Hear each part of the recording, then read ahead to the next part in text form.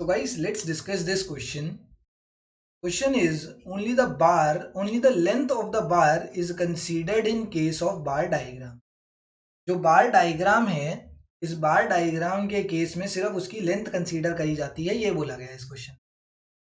तो जो भी बोला गया बिल्कुल सही बोला गया, कुछ भी गलत नहीं कहा यहाँ पर कवि ने, ऑथर ने, इसने भी यहाँ क्वेश्चन बनाया।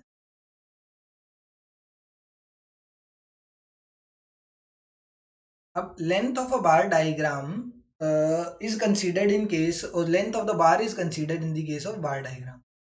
ये मैंने बनाया बार डायग्राम में। तो हम कैसे बनाते हैं, जैसे मुझे बोला गया ये बार डायग्राम किसके लिए है कि this is for number of students in different sections of a class.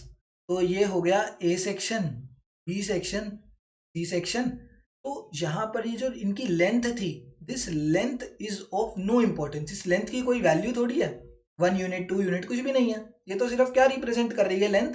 ये लेंथ रिप्रेजेंट कर रही है कि नंबर सेक्शन ए, ये वाली सेक्शन बी एंड ये वाली सेक्शन सी।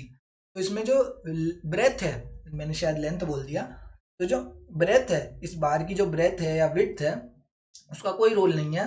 सारा रोल किसका है, इसकी लेंथ का। लेंथ से पता लगेगा कि इस क्लास में 10 बच्चे हैं, इस क्लास में कितने हैं, तो इस क्लास में 9 बच्चे हैं, एंड इस क्लास में कितने हैं, 5 हैं। ठीक है, तो वो इसकी लेंथ से पता लगा कि नंबर ऑफ स्टूडेंट्स कितने हैं।